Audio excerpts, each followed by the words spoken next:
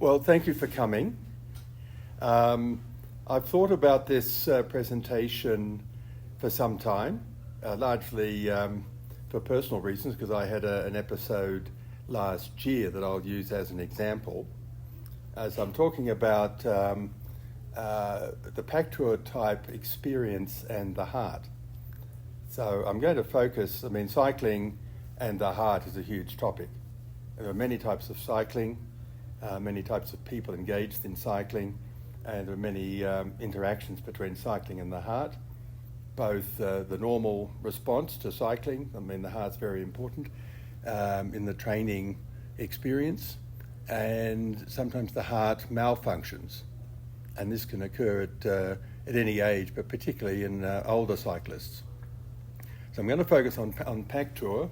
Now, why am I doing it? Well, I'm doing it, I think, from I've been a physician oncologist for 40 years, and a lot of oncology, which is the treatment of cancer, involves cardiology. There's a lot of older people who get cancer, often have heart disease, and the two are present at the same time. Cancer can affect the heart, the treatment of cancer can affect the heart. So I'm interested in cardiology, and I've been interested in the cardiology of cycling, just as a practical matter for myself and for my colleagues, because friends often indicate symptoms that perhaps had not been identified or explained or treated by their own medical practitioner, and so they ask me on a long bike ride. That's what we talk about quite often, health and so forth. Sometimes they're asking me about the treatment for a particular heart condition, such as atrial fibrillation. So, I thought it was relevant to the PAC Tour profile, where riders tend to be older. But even when you look into a typical group in a PAC Tour, they probably vary between some of the shorter events, such as a desert camp and a transcontinental. But even in a transcontinental, you'll find a wide range of cyclists, older and younger. There's a spectrum of experience. Some are doing their fifth tour, some their first. Some may not finish. Some may develop symptoms.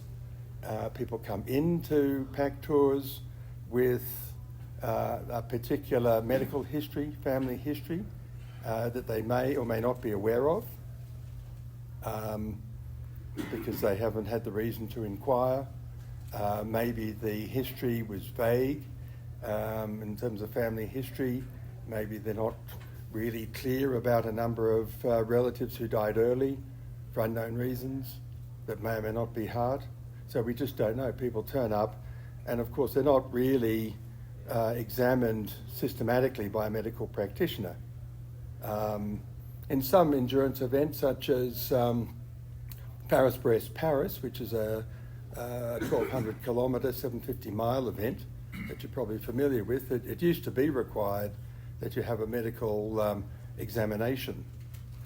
But one of the themes tonight is the ineptitude of most medical practitioners in performing an examination or taking a history from people who are riding long distances.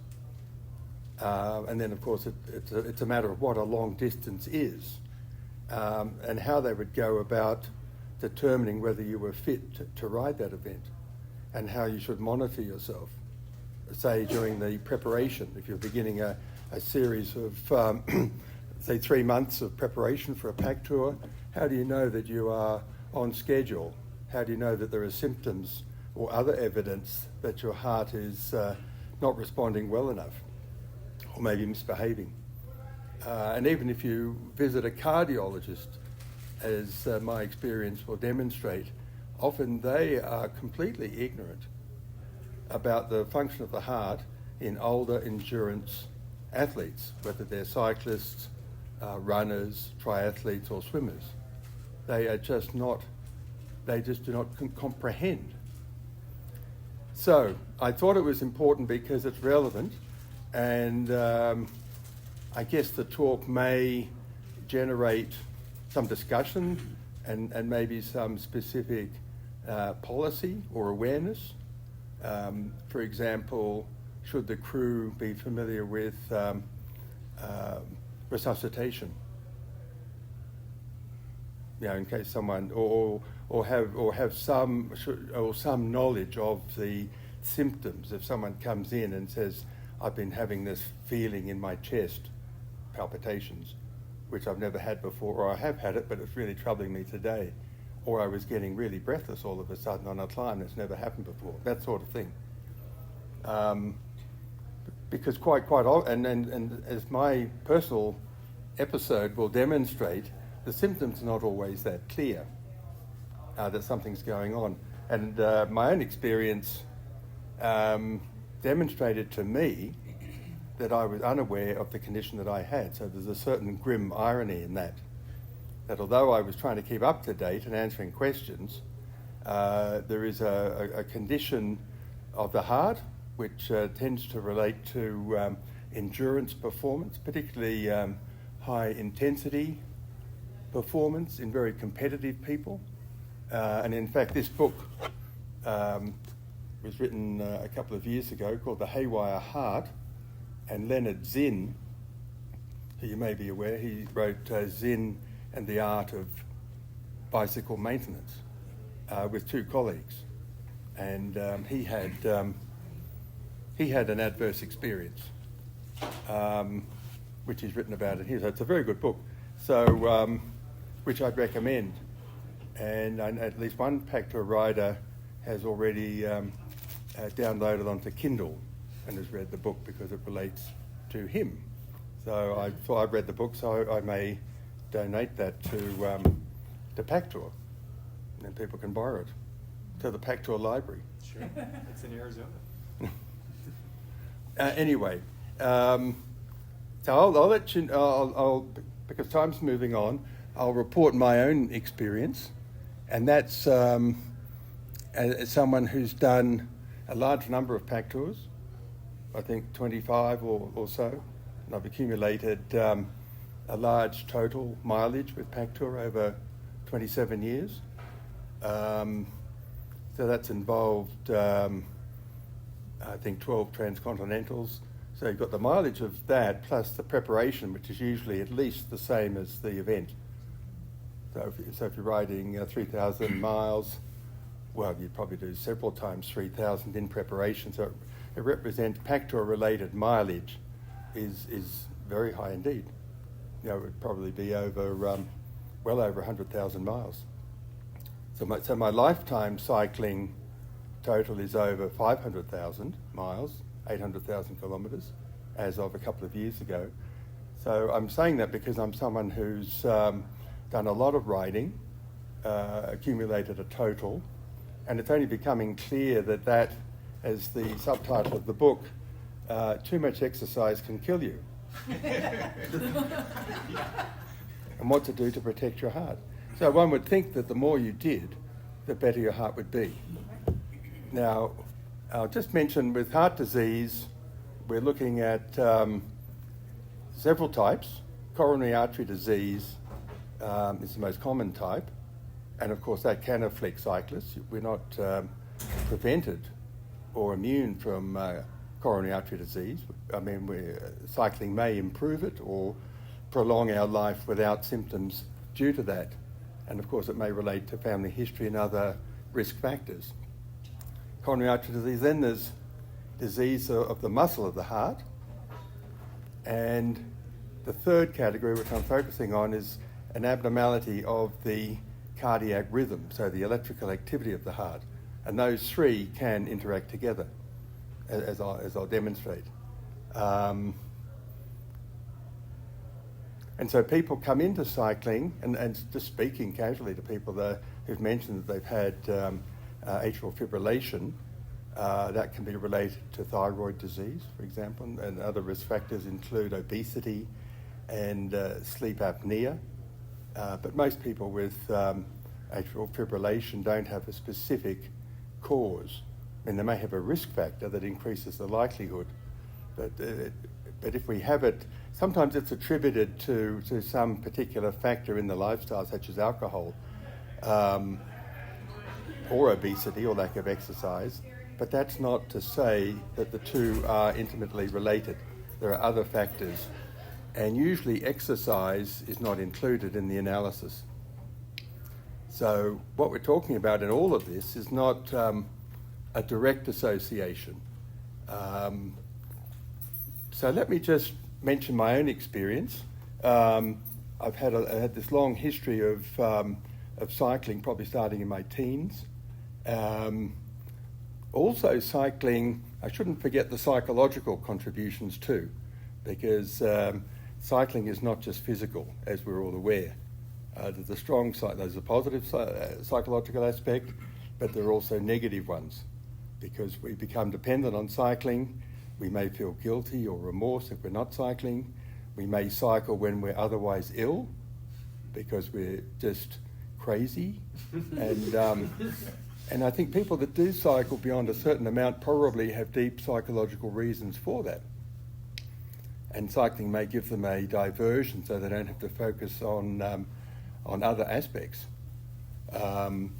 There's quite often in the history a history of unresolved trauma, and people cycle without consciously cycling to avoid the trauma, but they just perhaps feel a bit more relaxed when they cycle. And I know in my own case, my life's full of trauma, from work and from my own life, and it's very difficult to identify trauma and discharge it. And of course, cycling all the time can create trauma within family relationships, because you're out cycling all day. And then you eventually come home, usually a few hours late, and then you're grumpy, and then you want to go to bed, and so forth. So it has all these, and it can impact on work, and then it can generate other health issues, accidents, and illness, and all the nutritional consequences. So it's very complex. And all of these may feed into the particular condition I'm going to describe.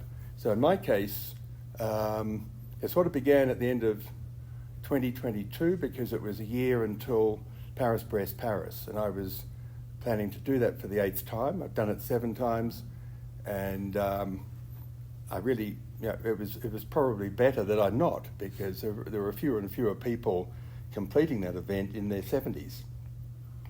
But nonetheless, I decided to do it, and so I started doing some longer rides, a couple of 300-kilometre double-century rides at the end of 2022, and then in the beginning of 23, which is last year, I was doing 300 to 400 miles a week, like every week, and then I did a few more double centuries. I did desert camp, and was just trying to be fairly competitive on that. So we climbed Mount Graham, I climbed Mount Lemmon, and then came back, and then in April did the 400-kilometre, 250-mile qualifier, and all of this without any symptoms, although I'll mention in retrospect what might have been related, but I did a 250-mile, 14,000 feet of climbing. That was like a qualifier for PVP, and a 600, so 375-mile event with about 10,000 feet of climbing, and then felt okay. And then with cycling, and then so what I'll describe what happened, but it's a reconstruction, because at the time I wasn't actually there.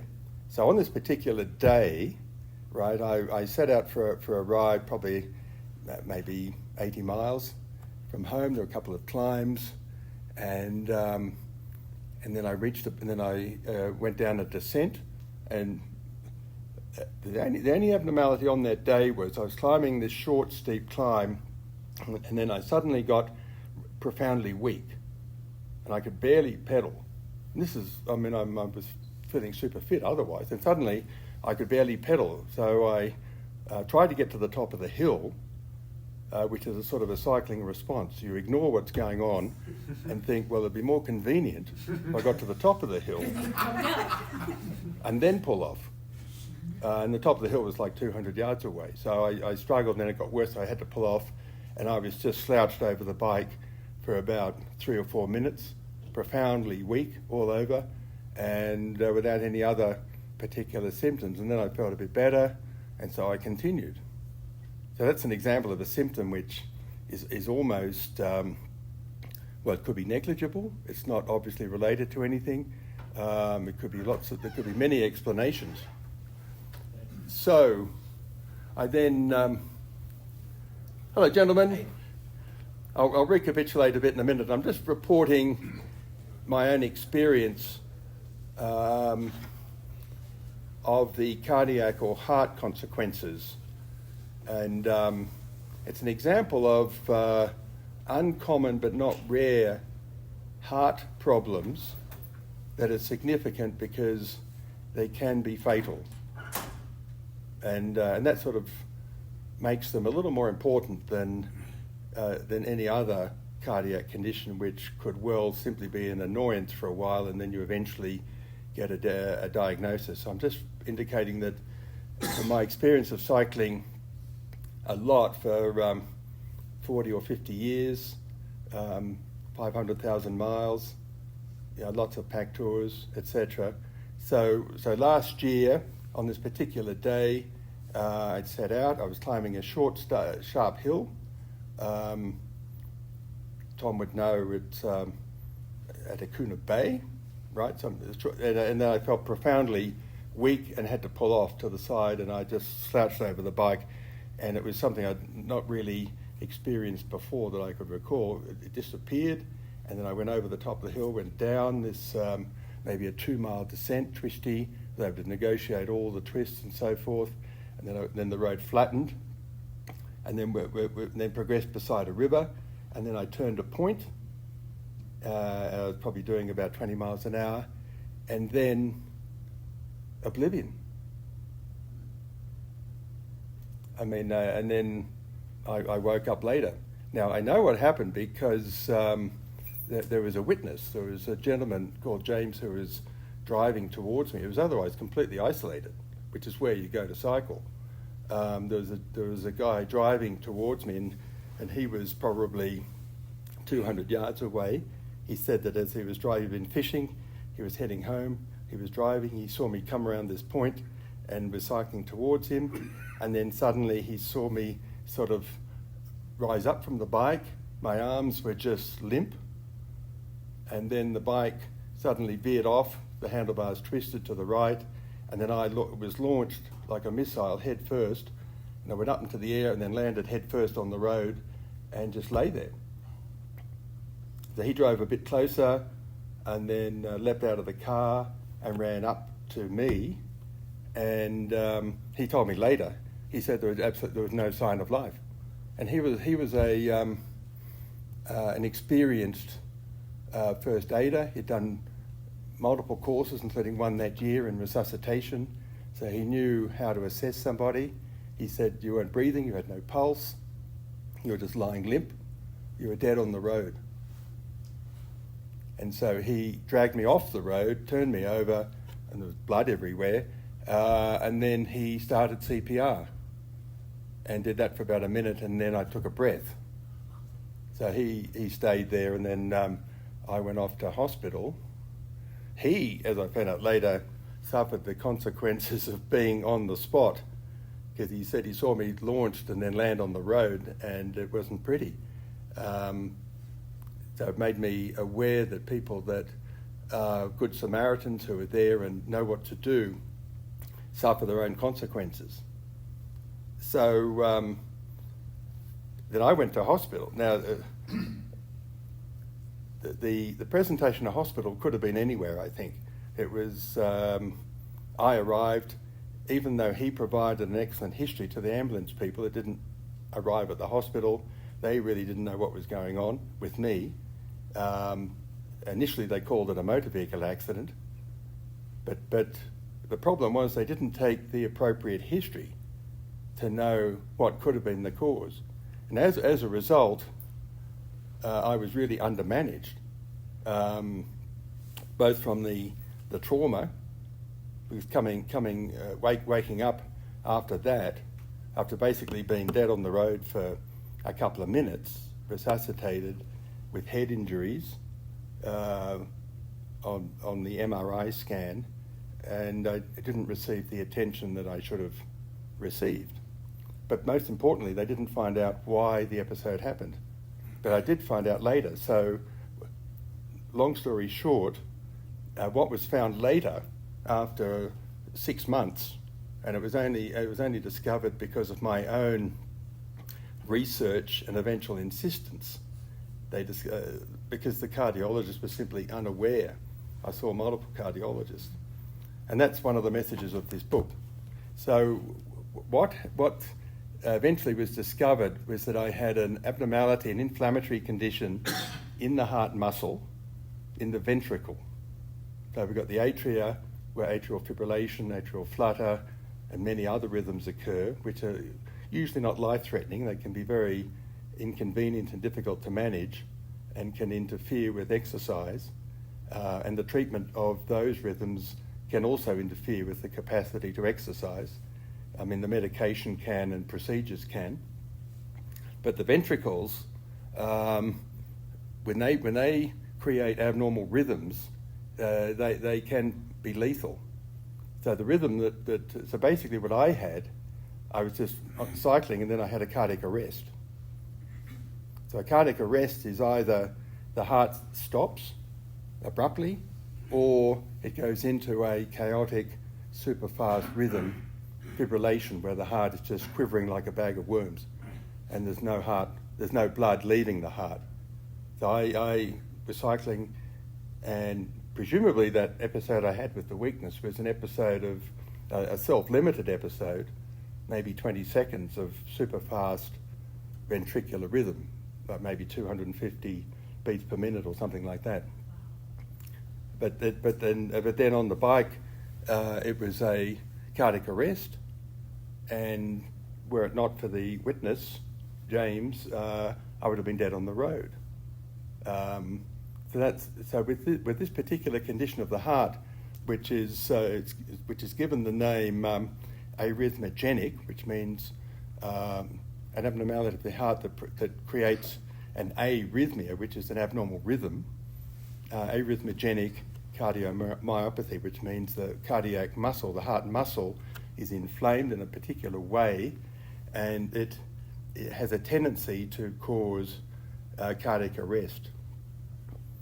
And so when you look at the history of cycling, there are lots of people, lots of cyclists, particularly professional cyclists and also endurance cyclists, who are found dead.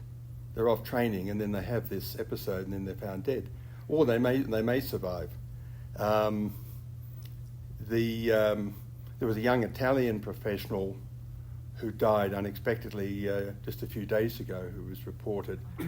Now, he was young, so he doesn't have a long history, but he's an example where this condition can be genetic.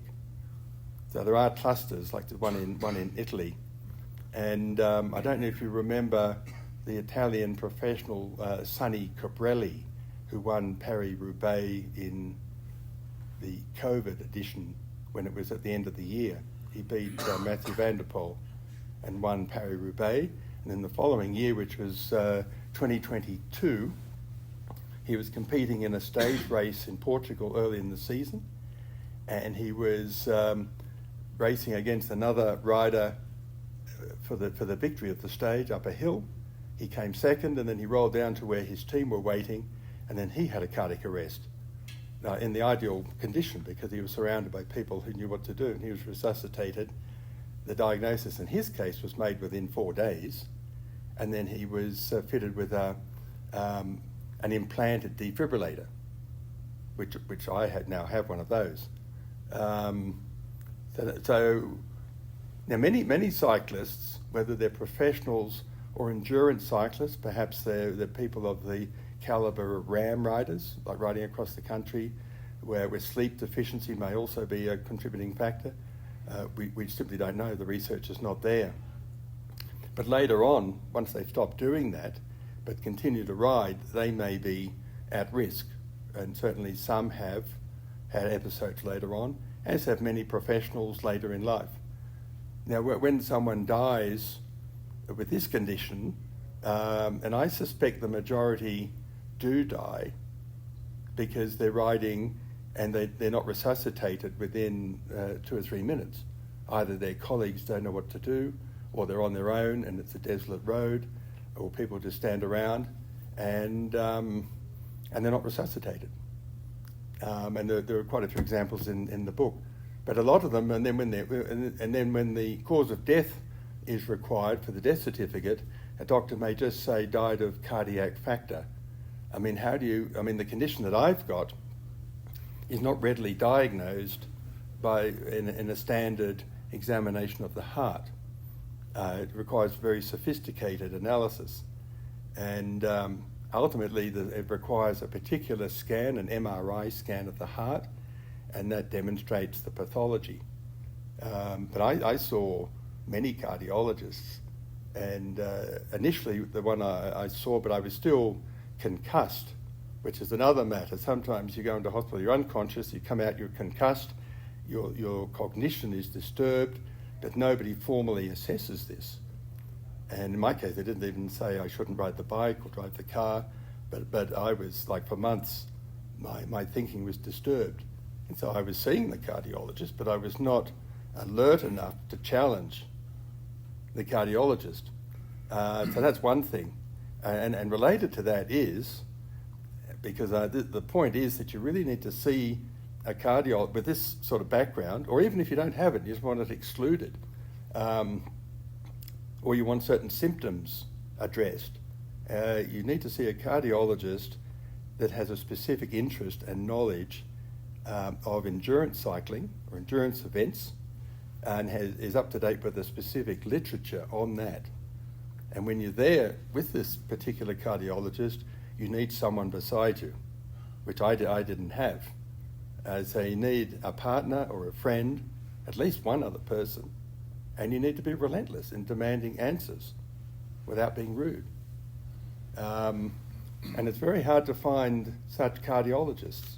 So that's one issue. What should be done in the endurance cycling community, say in this country? How do you know which cardiologist you should see? Is there a register? And if not, should the endurance cycling community, whatever that is, communicate with the cardiology profession and ask for a list of doctors who have an interest in endurance cycling? Now, there are in my own research, there have been some comprehensive studies in the last 10 years.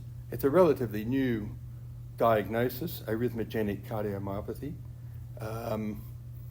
but it's not clear who is at risk. It's not common enough to become urgent, but it's not rare. And we don't know what the incidence is, because we don't know the number of people who have died by the roadside, particularly if they're an older person, if they're 70 plus, like I was, and they die. People aren't going to be overly concerned. They would just call it a cardiac event. And as a doctor myself, in the past, when working in emergency, people come in having blacked out, having fallen, and a whole bunch of tests are done. It's not clear what it was, and then it's a toss of a coin whether it's a cardiac event or a stroke or just what it is. And usually, if the person has died, in Australia, there may or may not be a post-mortem. And if there is a post-mortem, it may or may not be done by someone who is skillful in analysing cardiac conditions. And therefore, we just don't know. So that's my concern, because I had the event, recovered in the hospital, probably was seen by half a dozen cardiologists of various experience, but they all did not consider this. And then later on, I spoke to a colleague who's now a retired cardiologist, and he was just incredulous. He said, look, they all missed it. They didn't ask the questions, they didn't consider it. You know, they are all culpable, all my colleagues.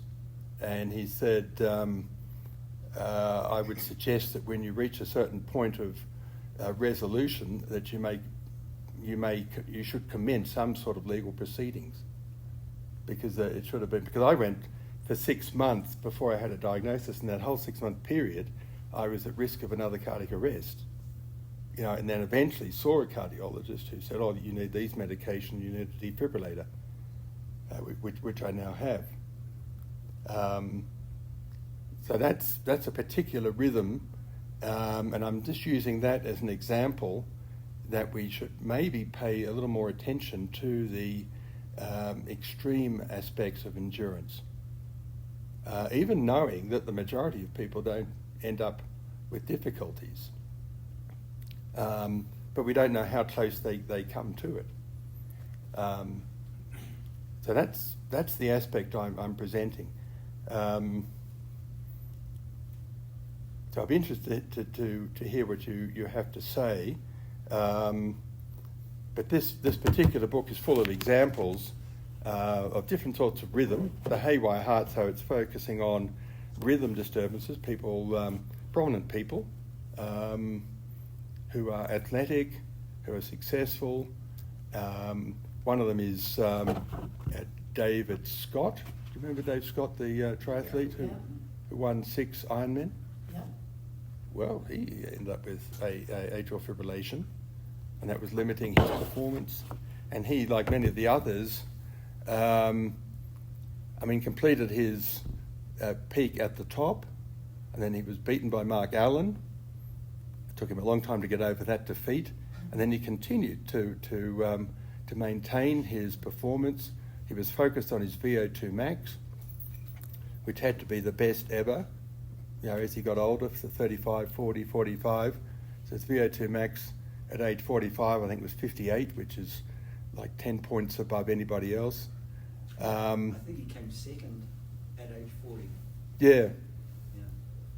And then, and even with atrial fibrillation, he continued on trying to achieve more and more and more. But in the end, the heart condition won. I mean, he had to accept it, and so there's a lot about how he had to accept it. It's an interview type presentation from him, but reading it, it sounds like he's not still fully accepting. And that's a theme. People, and I guess it was the case with myself to some extent, because when I look back, I'd had a similar experience a few months earlier when I was just riding around. I was beginning to ride. When was this?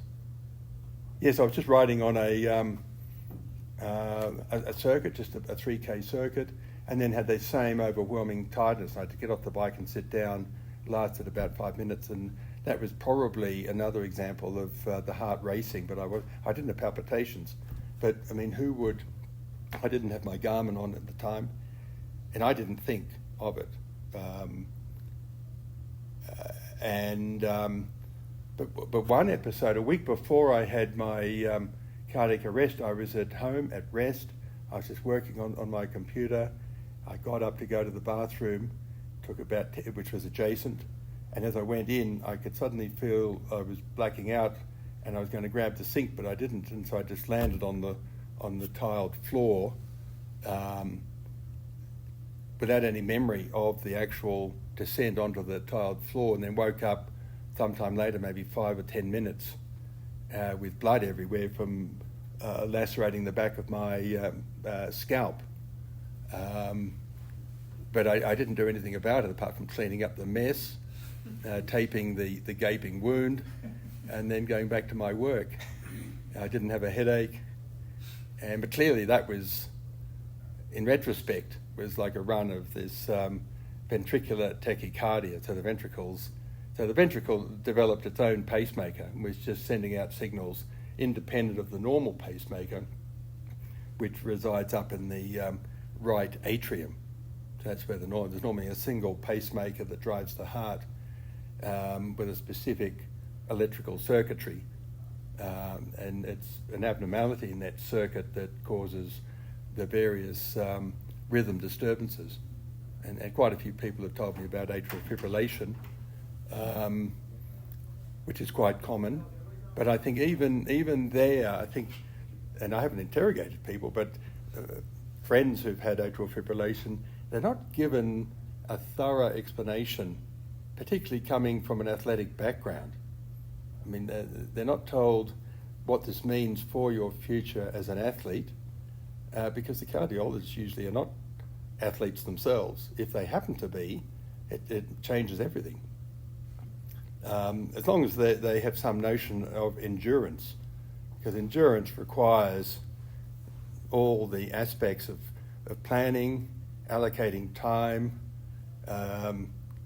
the training rides leading up to that particular endurance event, and then beginning the event, and then continuing through all the expected difficulties that will arise if you're out on the road for, say, 10 or 12 hours, and you have to surmount each of them, and continue. So you have periods of tiredness and fatigue, unexpected pains arise, nausea, maybe you're eating and drinking inadequately, and all of this.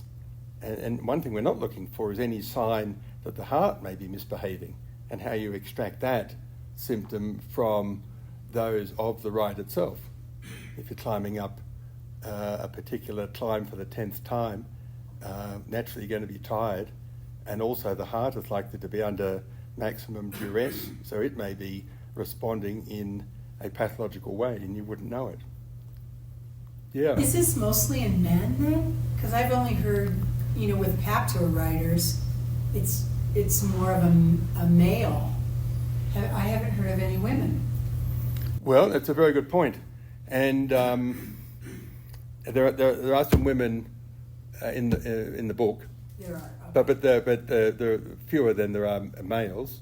So it may be a testosterone related factor. Also fewer women athletes though. Fewer women, and that's an issue. Why that's the case. Get your data from. And then fewer in endurance events, whether it's PAC Tour or PVP or other endurance events. There are fewer of them. I mean, I think numbers are increasing. And I've never seen an analysis where men and women are compared to see whether there are more differences than similarities. But it may be that women are more sensitive to their bodily symptoms than men. Yeah. I think they probably are. Yeah. And in the past, and probably still today, that's often been a criticism, that women are overly sensitive. The criticism by men. And I think as you as a male, as you get older, you suddenly realise Maybe it was okay. well, how much you're not noticing about your own body, and the way the body interacts with the environment, whether or not you're cycling or doing something else. Well, and this had to do with running, because I took a marathon class several times. And they said at the very end, you should take a day off for every mile you ran, like 26 days. But endurance cycling, you're not doing that, all right? So maybe there's something there. I don't know do you know what I'm trying to say? I do. And I'm incredibly guilty of that. Never recovery. Like this trip we're doing. Yeah. People really need more days to recover. And Yeah. So you don't know what you're actually doing to your heart right now. Well, here am I, given that history. What am I doing on this PAC tour? I know. 'Cause I With was a gonna ask you, defibrillator. Have you had to be defibrillated? No, it hasn't gone off. And I've been looking at my heart rate, and I'm on medication like beta blockers and other things. So my heart rate, like today, my heart rate has been no higher than 86. Wow. On the climbs or whatever. But I don't know that there's some other. See, one thing is what to actually measure. Because I asked the cardiologist directly, should I be focusing on heart rate or power to weight or some other factor? What's most important? And I didn't get a direct answer because I don't think it's known. And I think what you're saying is really good if you could monitor the heart, like during an event, say a PAC Tour day of, say 100 miles with a couple of climbs, 8,000 feet of climbing, but monitor the heart in someone who's 60 without any history, and just see what the heart rate, but looking at all the other indices that would be relevant, and then afterwards, like for days afterwards, to see what happens. And I would expect that in many of them there would be abnormal rhythms and evidence of the heart healing because it's been traumatized to some extent, going on for days. and that if that period, as you're saying, if that period of multiple days was not provided and you were riding again on day 2 and day 3, that you would be exercising with a heart that's still struggling. Mm-hmm. And for example, with atrial fibrillation, one of the papers they report here is that many people with that have evidence of inflammation. So the heart may be inflamed. And it's thought that the condition that I have in the ventricle, I mean, they really don't know what causes it. They know it has a certain pattern, it's a certain location, but it may be due to a particular type of physical stress because of you can imagine the heart contracting and the huge forces on the left side, whereas you have this asymmetry, the left and the right. The right side, the right ventricle, only has to pump the blood through the lungs, and it tends to be thin-walled and doesn't generate high pressures. But the left side has to pump blood through the whole body and becomes powerful and muscular. But it's got this little thin-walled appendage on the other side that has to move the same volume of blood, obviously, all the time. And so it may be under duress and be damaged physically and therefore become inflamed. And that's where my inflammation is. It's on the right side, tends to be on the right side. And then it becomes, well, when it was diagnosed to me, it was well established. It was the full thickness of the wall. So it had been there for some time, maybe even years, developing, but without any symptoms. Say that again. Was it so your wall of your left ventricle was thicker than it should have been? Well, mine was found in the right ventricle. The right ventricle. The right, but I think nowadays it's thought that it can be in the left as well, so it's not as straightforward. So therefore, the condition is not really characterised in sufficient detail, and that's work that's going on. But it's very relevant to endurance cyclists and other endurance events. Yeah. Does blood pressure provide any clues as to what there might be a problem, like with someone with very low blood pressure? Well, I'm glad you say that, because when I saw the first cardiologist and he took my blood pressure, it was low. I mean, it tends to be low anyway, like 110 on 70. Yeah. And when I was in hospital, one of the doctors, without discussing it, put me on an antidepressant, which is often what doctors do if someone has a complex psychological issue, such as resuscitation from being dead, and they don't quite know what else to do. They think, well, an antidepressant won't hurt. But they gave me, it was an odd choice because it wasn't prescribed by a psychiatrist and it was a low dose, but it confused the cardiologist who thought I had low blood pressure due to that tablet and thought I'd been on that tablet long term, didn't ask me, and said, look, your problem is you're on this tablet. Just stop it and everything will be okay.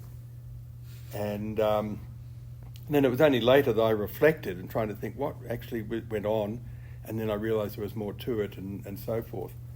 So one issue is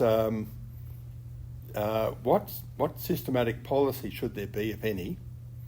I mean, what age should we choose? Because we could say 60, but some people begin their career at 60 and some have been exercising for 20 years or 30 by the age of 60. It may vary men versus women, and what should be done?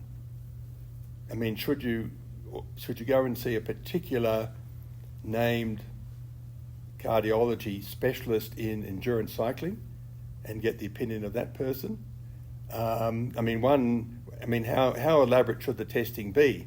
I think myself, at the very least, you can have a cardiac rhythm monitor placed, and I had one of these, and it can stay on your chest for a month, and it records every heartbeat, and it's sent off-site, and then it's analysed in various ways, and you can see any abnormal rhythms that occur. So that would be one thing to do. And then the person continues their normal activities, perhaps keeps a diary, of their riding and their symptoms. Perhaps they're given a list of symptoms to consider that they may not have thought of themselves, and then that can be correlated with the ECG. Because in my case, in the hospital, there were lots of abnormal rhythms, but they didn't connect them. They thought they were either due to the actual incident and were not present before, and they actually made the statement, no evidence of what they called cardiogenic pathology, which means no evidence of damage or disease in the heart, which was not the case. So there's often a level of delusion operating within the medical community when people come in, reflecting the way they identify with the person, with the circumstances, with the story that has been created, as presented by the ambulance and maybe relatives and other people and others who are around, but it's not necessarily the truth. But it follows that person. It's in the notes and it follows them. And this is very, very common. So do you think there's a correlation with a higher risk factor, this sort of issue developing with a higher ramping up in training, maybe before you've really established a good base fitness level? Like if you're playing soccer, say, at a very high level, before you've really put in the time to train, you're much more likely to injure certain muscles. But if you put in a lot more conditioning, you can handle a lot more. So similarly, if you look at those strains on the heart, if you maybe could complete 100 mile with a couple thousand feet of climbing, but you haven't put in those base miles, then you're really doing damage, where if you would do a slow ramp up, then you'd be doing far less damage to those muscle groups. So do you think that's a higher risk to be? Well, I do. I think that's something, and I don't think I don't think it's been analysed well enough. Yeah. Because the technology may not have been there until now, but now there's a lot of like portable, wearable technology that can give the information. But I think you're right. If someone, particularly someone who is male, and really determined to complete an event without sufficient preparation, and even that preparation, how do they monitor? I mean, how do you monitor? Some people are more inclined to have heart damage than someone else, or heart damage that doesn't immediately repair and continues on. I mean, there are blood tests that reflect cardiac damage, and they're often used in people who present with a heart attack. Well, those same tests could be used, and I think it's open for research. Yeah. And you can get people who are like naive, those that have done some preparation, some that have done a lot, and just compare their response to a 100-mile event. And particularly looking at those that don't complete, because some will not, or those that complete within certain time frames, whether some completed quickly or some take a lot longer, and just see what the correlations are. Because you have some people that come on PAC Tour that completely ignore the training recommendations. For example, last year at the Northern, we had a man who said he was at a training, but then when he showed up, he said he hadn't ridden his bike for like 5 years. But he finished the Northern. He rode into it, as they say. But it makes me curious on what kind of damage you're doing, riding yourself into shape, doing that much. Well, I think it's a really good question, and the answer is we don't know. And whether there's an easy way to assess somebody like that, whether it's so serious that it should be done, telling someone they can start, but whether they need a medical assessment or something else, whether that's just going to complicate matters, put people off, fear that there's an overreaction perhaps by this particular cycling group. I don't know. It's all open for discussion, because I think what happened to me, like a cardiac arrest, I think it's probably on the basis of a lifetime, but I don't know where the beginning, the first, the change in the heart, the first inflammation that was going to persist. I mean, it could have been a decade. I simply don't know. We just don't know. We won't know until we start looking at people longitudinally. Yeah. I mean, there are some. I think at Johns Hopkins in the US, I think they have a collection of maybe 500 athletes, more men than women, who've got defibrillators. So therefore, that assumes that they had this particular condition, arrhythmogenic cardiomyopathy, and they had a cardiac arrest or the equivalent thereof, and then they had a defibrillator and they're being monitored. And there's a group in Europe too, hundreds. And in Europe, I think they're mostly cyclists. They're mostly men over 50, in fact, even over 60, and virtually all of them returned to cycling, even though they'd had a cardiac arrest and survived. They don't say how many cyclists had a cardiac arrest and didn't survive, but I'm suggesting it's probably more than those that did. And some of them are even, in the European study, they've got the defibrillator in and they've gone back to competing. And I wouldn't advise that. I have a cousin back in the mid-'80s who had a similar incident. He was 15 in a karate class, and they called it sudden death. And I think he has what you have, and it was a genetic thing. And he was with NIH for years doing study because he was one of the youngest living survivors, because you don't think of a teenage kid, and they've had high school football kids that have died on the field because they just think they got a concussion and they lay on the field too long and they end up with brain damage. But I think the condition that you're talking about could exist earlier in life but might not show up till later. Because I know my cousin, when he was 15, and he's been wearing a defibrillator for 40 years now. He was one of the original, he used to have a battery box inside for his defibrillator. Yeah. Well, that's a good point. And as I mentioned, there is a genetic form of this. And I had blood sent for, I think there are 68 known mutations. I haven't got my results back yet, but it's unlikely to be positive in my case. But when it does present, when it's in a family, and there are certainly a few clusters in Italy and elsewhere, and then wherever the Italians travel to and migrate and so forth, they present between about 15 and 40. And you're right, with kids 15, 16, collapsing on the soccer field for the first time. I mean, that's the first manifestation. They call it sudden death. Yeah, sudden death. And they think, well, were they struck on the chest by the soccer ball or karate or whatever? But it's the thickening in the wall of the heart. Yeah. Well, the wall is focally thickened. Yeah. Where the inflammation is. That's what I've got, and that's what these kids have. And so there are large registries of young people, but it can present like in the 30s, and so Sonny Cabrelli was an example of that, I think. I'm not sure what his genetic studies have shown, but most of those families have previous generations who died unexpectedly at an early age, and that all sort of fits. But it's only fairly recent that the genes have been discovered. This was back in the mid-'80s. Yeah, well, that would have been one of the first. And then you had these large shoebox-sized defibrillators that you had to carry around. Yeah. Now he's got the little Zippo lighter-sized one. Well, like me. Yeah. It's kind of cute, It means. My other cousin Holly has hers under her pec muscle, so hers doesn't show. Okay, well. Because both my cousins have it. But it means, I guess, with a defibrillator, maybe we become immortal. I mean, what are we going to die of? Thanks for coming. You had your